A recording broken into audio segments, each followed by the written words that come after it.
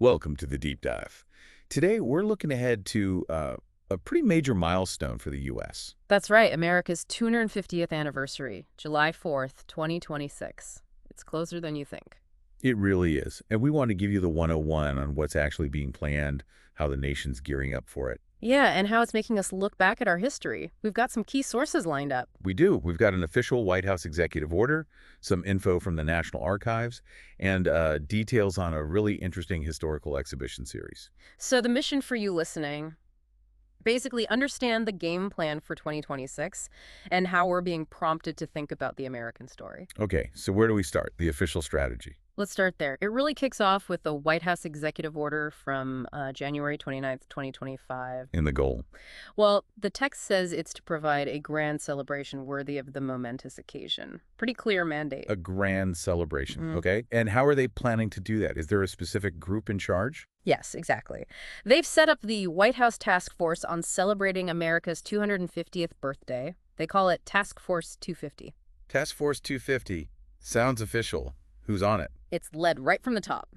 The president is the chair, vice president is vice chair. Okay. High level. Very. And it includes a whole range of cabinet members, secretaries of state, defense, interior, agriculture, HUD, education. I mean, it's a broad group. So a coordinated effort across the government, basically. That's the idea. Their job is to, and I'm quoting here, coordinate, to plan, organize, and execute an extraordinary celebration.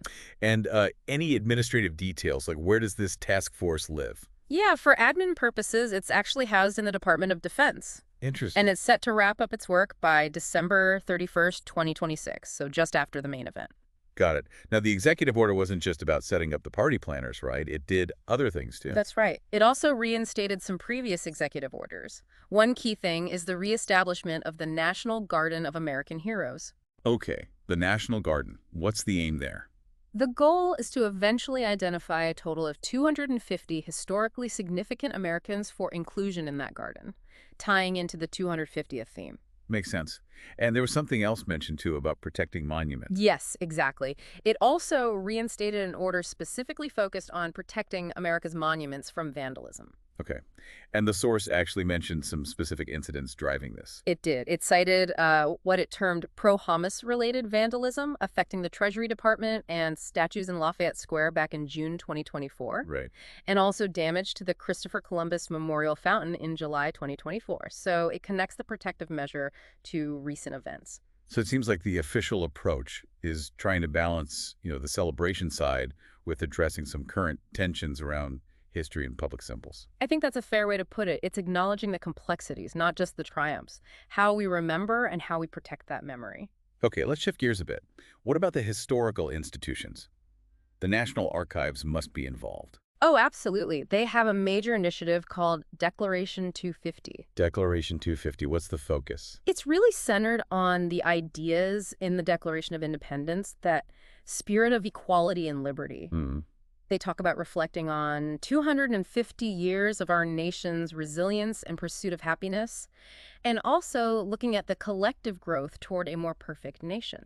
So it's reflective. A more perfect nation, that's a key phrase. And I saw they also have a big exhibition series running. They do. It's called Road to Revolution, and it's actually already started at the National Archives Museum. It runs right through August 2026. And what's special about this exhibition? Well, first, it's a rotating series, so different records related to the revolution will be showcased over time. Keeps it fresh. Okay. But more importantly, it makes a real point of including diverse experiences and perspectives. Like whose? We're talking about Native Americans, free and enslaved African Americans, women looking beyond just the usual Founding Fathers narrative. So broadening the story. Exactly. The archives themselves say the journey is not composed of a single narrative, but a story of many intersecting and diverging paths.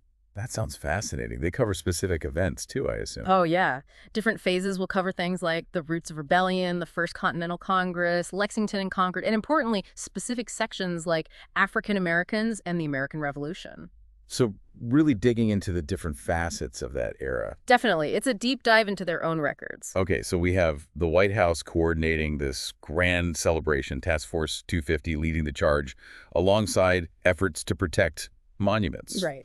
And then we have the National Archives doing this deep historical reflection, emphasizing diverse voices with Declaration 250, and the Road to Revolution exhibit. Hey, how does this all kind of come together? Well, I think it shows a two-pronged approach, doesn't it? You've got the big official nationwide celebration aspect, Yeah. sort of the pomp and circumstance, and then you have this parallel track of, let's say, deeper historical engagement and reflection, acknowledging the complexities and the different threads of the American story. So it's not just fireworks and parades. Hopefully not, no. It seems to be aiming for both celebration and contemplation. And for you, the listener, it's really an invitation, I think. An invitation to do what? To engage with this history, maybe from angles you haven't considered before, as we head towards 2026. To explore these different perspectives that both the government and institutions like the archives are highlighting. So that wraps up our deep dive into the 101 of America's upcoming 250th anniversary planning. And as we look towards July 4, 2026, and think about that phrase the National Archives use, the collective growth toward a more perfect nation, maybe a final thought for you to consider is this. What does this milestone, this 250th anniversary, prompt you to think about when it comes to that ongoing pursuit of life, liberty, and happiness for everyone in America today?